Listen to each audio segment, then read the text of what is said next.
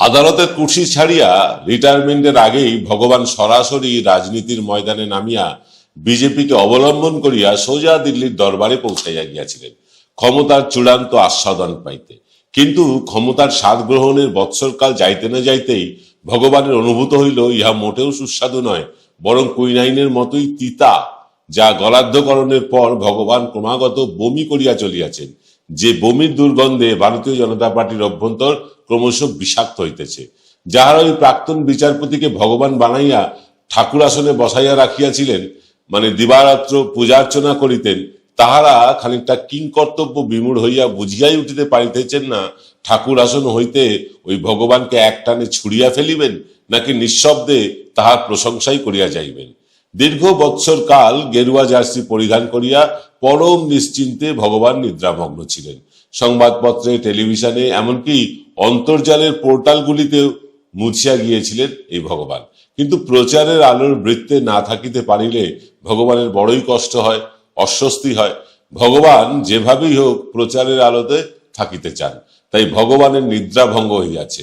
আরো একবার জাগিয়া উঠিয়া হাই তুলিয়া আড়ামোড়া ভাঙিয়া তর্জন গর্জন শুরু করিয়া দিয়াছেন। তবে তাহার বর্তমান আক্রমণের বিষয় কিন্তু পিসি আর ভাইপো নহে, বরং তাহার অগ্নিশর্মা হইবার কারণ, তার চক্ষুদ্বয় হইতে অগ্নিবাণ ছুড়িয়া চলিয়াছেন, তার কারণ ক্রমাগত তার নিজের রাজনৈতিক দলের বিরুদ্ধে। অর্থাৎ তিনি নিজের রাজনৈতিক দলের বিরুদ্ধেই এক্ষণে মানে এমন চটিয়া গিয়াছেন যে তাহা বহিঃপ্রকাশ ঘটিতেছে ইউটিউবের পর্দায় পর্দায়। আমরা আজকের এক্স ফ্যাক্টরে বলিতে আসিয়াছি শ্রী শ্রী 108 ভগবান গাঙ্গুলির সম্বন্ধে।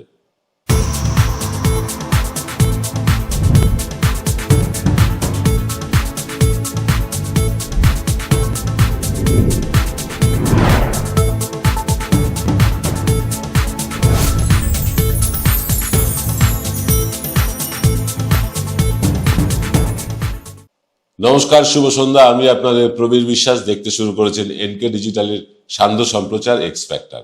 যতদূর জানি পশ্চিমবঙ্গ বাদে ভারতবর্ষের সর্বত্র বিজেপি একটি সুশৃঙ্খল এবং রেজিমেন্টেড দল। অনুশাসন যেখানে শেষ কথা বলে, সেই আরএসএস এবং আরএসএস এর গর্ভজাত বিজেপিও কমিউনিস্ট পার্টির মতন অত্যন্ত শৃঙ্খলার সাথে চলে সারা ভারতে। ব্যতিক্রম শুধু আমাদের পশ্চিমবঙ্গ, যেখানে সারা ভারতে এক নেতা পাবেন না যারা বিজেপির সাংসদ পদে থেকেও প্রকাশ্যে বিজেপির সমালোচনা করছেন।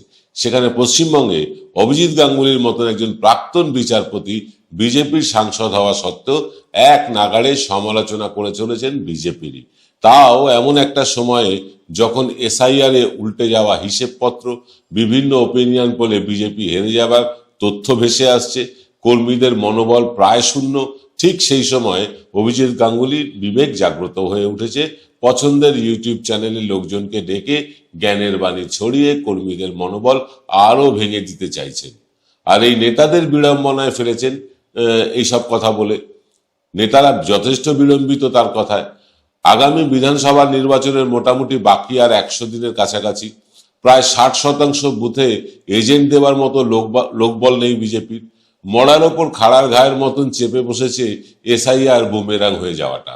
বিজেপির কোর ভোট বলতে যা বোঝায়, সেই মতুয়া রাজবংশী নমশূদ্র ভোটারদের অধিকাংশই এবার ভোট দিতেই পারবেন না এসআইআর এর কারণে। যথাযথ কাগজপত্র না থাকার কারণে লক্ষ লক্ষ বিজেপির ভোটার তারা ভোটাধিকার হারাতে বসেছেন।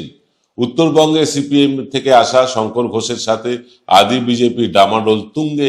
এ যাবৎকালের সবচেয়ে সফল নেতা দিলীপ ঘোষ, তিনি বানপ্রস্থে চলে গিয়েছেন। তখন অভিজিৎ গাঙ্গুলির এই আত্মসমালোচনায় নেমে পড়লেন কেন তিনি? এতে দলের নিচুতলা পর্যন্ত নেতিবাচক কি একটা ভাবনা ছড়িয়ে পড়ছে না? আজ আমরা একটু খুঁজে দেখব অভিজিৎ গাঙ্গুলির এই বিবেক জাগ্রত হবার কারণ। তার আগে দেখব অভিজিৎ গাঙ্গুলি ঠিক কি কি বলে দলকে বিড়ম্বনায় ফেলেছে। এই কথাগুলো যদি আমি আজকে না বলি তাহলে আমি ঠিক কাজ করব না। সেই জন্য এই কথাগুলো বলা অত্যন্ত দরকার। যারা এসব করে বেড়াচ্ছে, যেসব কুলাঙ্গার, কুলাঙ্গার বলতেই হবে, কারণ আমি দেখতে পাচ্ছি এর মধ্যে বিজেপির একটি অংশ আছে। তো তারা এসব বোঝে টোঝে না। এই যে প্যাটিস বিক্রেতাকে, একটা প্যাটিস বিক্রেতা সে মাথায় করে তার একটা বাক্স নিয়ে গিয়ে তাতে হয়তো কিছু খাবার থাকে, হয়তো কেন খাবার থাকে, সেটা বিক্রি করতে সে তারা যেখানে ভিড় দেখে সেখানে চলে যায়। তার যে কায়িক শ্রম, তার প্রতি কোনো দরদ নেই, সেই কায়িক শ্রমের প্রতি কোনো দরদ নেই। তার ওটাকে তাকে মারছে, তাকে তার ওটাকে ভেঙে দিচ্ছে, তার যে পুঁজি সেটাকে নষ্ট করে দিচ্ছে। এটা কোন ধরনের অসভ্যতা? এটা নিয়ে কি বিজেপির ওইসব যারা কাজ করেছে, এই ছেলেগুলো, এগুলিকে ইমিডিয়েটলি দল থেকে তাড়িয়ে দেওয়া দরকার, ইমিডিয়েটলি, যদি তারা দলের হয়। কারণ এই নিয়ে বঙ্গের রাজনীতি হবে? বঙ্গের রাজনীতি সম্বন্ধে এই কুলাঙ্গারগুলি এরকম ভাবে? পশ্চিমবঙ্গের রাজনীতি এইটা? বেশ করেছে, তোর ইচ্ছা নয় তুই খাবি না, তোকে কে খেতে বলেছে? তো মারার অধিকার কে দিল? তার যে উপার্জনের যে উপকরণ সেটাকে ভেঙে ফেলার অধিকার তোকে কে দিল? সারা জীবনে তো কোনো পড়াশোনা, ক্লাস 4 এর চেয়ে হয়তো অনেক ডিগ্রি অর্জন করেছিস, কিন্তু ক্লাস 4 এর চেয়ে বিদ্যে তো বেশি এগিয়েছে বলে মনে হয় না। একটা মানুষ, খেটে খাওয়া মানুষ, পরিশ্রমী মানুষ, মেহনতি মানুষ, তাকে মেরে দিচ্ছিস, তোর উপার্জনের উপকরণটা ধ্বংস করছিস। তুই জানা যারা আজকে ভারতবর্ষ শোষণ করছে তাদের গায়ে হাত তোল, তোর হাত পা দুটোই কেটে ফেলে রেখে দেবে রাস্তায়, একটা কথাও বলতে পারবি না। এটা দরিদ্র মানুষকে মারছে, লজ্জা করে না? তাকে রোজিনা রহমান সামান্য সাহায্য করেছে, সেই জন্য সে রোজিনা রহমান হয়ে গেল হিন্দি বিদ্বেষী। আর তুমি অপরাধ বিচার করার লোক নাকি? ক্লাস 4 এর বিদ্যে নিয়ে মশা মাছির যে অদম, তোমরা এসব কথা বলে বেড়াচ্ছ। এদেরকে বাছাই করে করে বাদ দিতে হবে, না হলে বিজেপি কোনোদিন এখানে সুশাসন দিতে পারবে না। এটা কি অর্থ? বিজেপি যদি কখনো এখানে পশ্চিমবঙ্গ শাসন করতে আসে তখন মুসলিমদের ধরে ধরে মারা হবে, কাটা হবে? এই করে বঙ্গ চলবে, বাংলা চলবে? পশ্চিমবাংলা এইভাবে চলেছে কোনোদিন? স্মরণ করুন না, প্রফুল্ল সেন থেকে, প্রফুল্ল ঘোষ থেকে শুরু করুন। আমি প্রফুল্ল ঘোষের নাম করলাম, এই কুলাঙ্গাররা প্রফুল্ল ঘোষের নাম শুনেছে কিনা আমি জানি না। প্রফুল্ল ঘোষ থেকে শুরু করুন, আর আজকের মমতা ব্যানার্জি অব্দি দেখে নিন। মমতা ব্যানার্জিকে আমরা সবাই বলি যে মুসলিমদের তোষণ করে চলেন, এবং সত্যিই তিনি সেটা করেন। কিন্তু এই ঘটনা পশ্চিমবঙ্গে ঘটে নাকি? না, পশ্চিমবঙ্গের রাজনীতি এটা। অন্য কোথাও গিয়ে রাজনীতি করো ভাই। পশ্চিমবঙ্গের রাজনীতিটা নয় যে প্যাটিসওয়ালাকে ধরে চিকেন প্যাটিস বিক্রি করছে বলে মারবে। কেন করবে না? তুমি তাকে ম্যাক্সিমাম বলতে পারো যেখানে আমার শুনতে অসুবিধা হচ্ছে গীতা পাঠ, তুমি চলে যাও। তুমি তাকে মেরে তার উপার্জনের উপকরণটা ভেঙে দেবে? কুলাঙ্গার! ভয়ঙ্কর অন্যায়, শুধু অন্যায়, ভয়ঙ্কর অন্যায়, ভয়ঙ্কর অন্যায় এবং অমানবিক।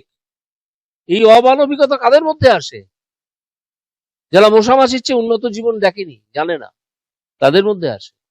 ছি ছি ছি ছি, এর নিন্দে করার ভাষা নেই, কিন্তু এর বিরুদ্ধে কঠোর হওয়ার উপায় আমার জানা আছে।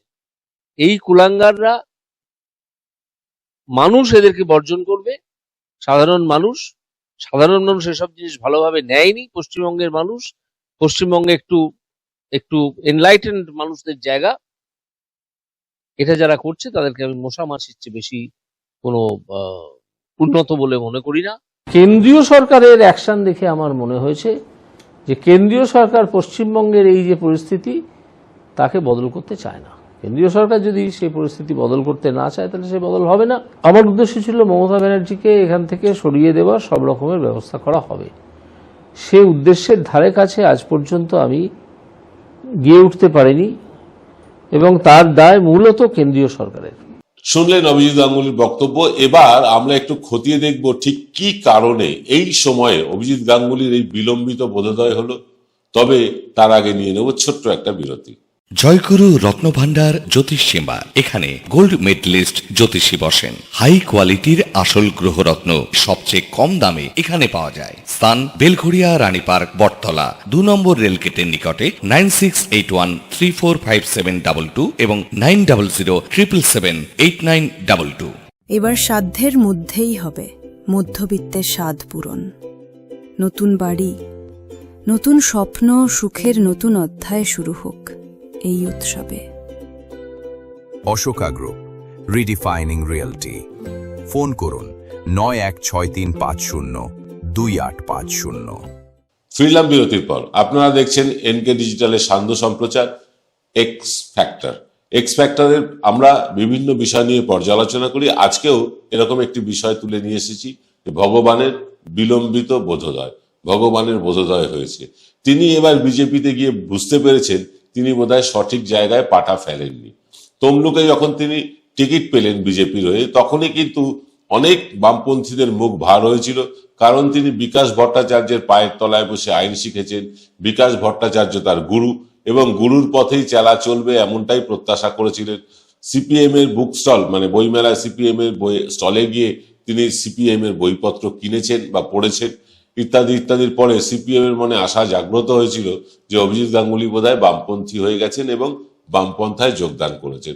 পরে অবশ্য তিনি নিজেই বলেছেন যে আমি বামপন্থায় বিশ্বাস করলেও বামপন্থীদের বিশ্বাস করি না। যাকে সে কথা আলাদা।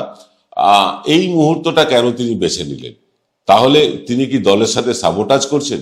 তিনি কি চাইছেন যে বিজেপির ক্ষতি হোক?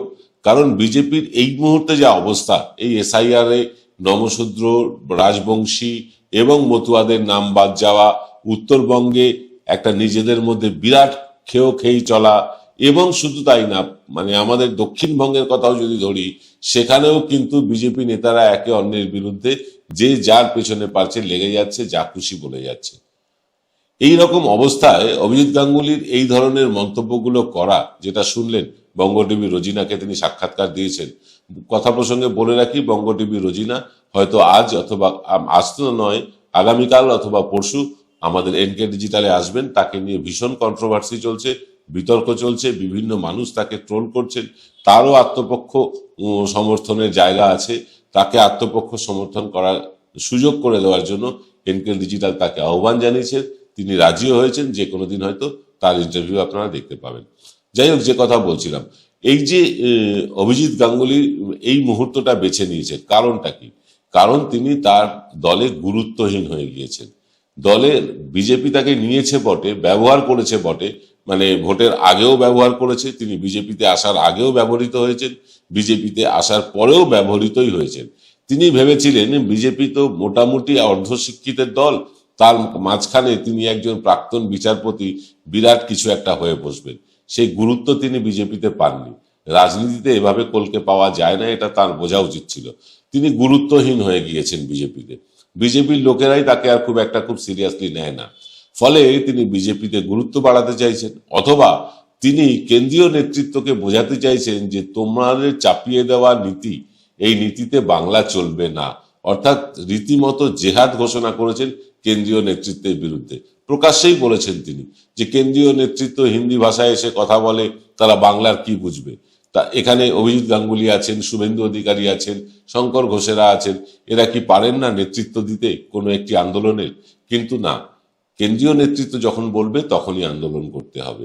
এবং তিনি এটাও বলেছেন কেন্দ্রীয় নেতৃত্ব চায় না পশ্চিমবঙ্গে থেকে তৃণমূল সরকার উঠে যাক। এটা সরাসরি কেন্দ্রীয় নেতৃত্বকে আক্রমণ, অমিত শাহকে আক্রমণ। এই অমিত শাহকে আক্রমণ করবার পর থেকেই বিজেপিতে তার গুরুত্ব হারিয়েছে, এবং সেই গুরুত্ব ফিরে পাওয়ার আশাতেই হয়তো তিনি কথা বলছেন, অথবা তিনি হয়তো খোয়াব দেখছেন, স্বপ্ন দেখছেন যে পশ্চিমবঙ্গের আগামী দিনের মুখ্যমন্ত্রী হবেন, তাই সাংসদ পদ ছেড়ে বিধায়ক পদে লড়তে চাইছেন। মমতা বন্দ্যোপাধ্যায়কে বিজেপি যদি হারাতে পারে, মুখ্যমন্ত্রীর পদে তার থেকে বড় দাবিদার আর কে হতে পারে? শিক্ষিত, বাঙালিয়ানা আছে তার মধ্যে, সবকিছুই কিন্তু ঠিকঠাক আছে, শুধু রাজনৈতিক ভিক্ষা, রাজনৈতিক যে প্রজ্ঞা সেইটুকুই জানি, বাকি সবই তো আছে মমতা বন্দ্যোপাধ্যায়ের সাথে ফাইট করার মতন। যাকে সে কথা, তার অভিপ্রায় যা খুশি হতে পারে, কিন্তু তার এই বক্তব্য, বঙ্গ টিভি রোজিনাকে দেওয়া তার বক্তব্য, এবিপি আনন্দে দেওয়া তার বক্তব্য, TV9 দেওয়া তার বক্তব্য, এবং বিভিন্ন পোর্টালে দেওয়া তার বক্তব্য, সেটা কিন্তু তার দলের পক্ষে যাচ্ছে না।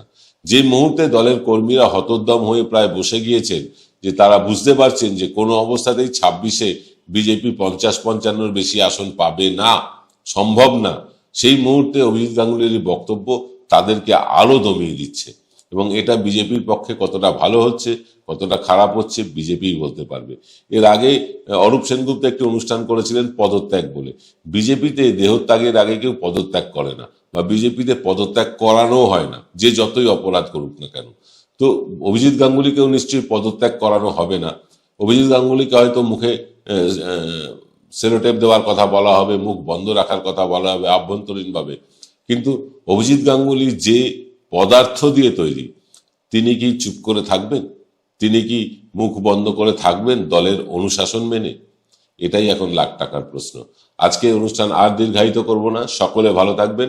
আর আগামীকাল সকালের অনুষ্ঠান সকাল 9টায় দেখতে ভুলবেন না। সুমন ভট্টাচার্য আসছেন আগামীকাল রাত 8টায়, যথারীতি তার সরাসরি সুমন অনুষ্ঠান নিয়ে। সেই অনুষ্ঠানটাও কিন্তু ভীষণ ইন্টারেস্টিং হতে চলেছে আরাবল্লী পর্বতকে কেন্দ্র করে। সকলকে দেখার অনুরোধ জানিয়ে শেষ করছি আজকের অনুষ্ঠান। শুভরাত্রি।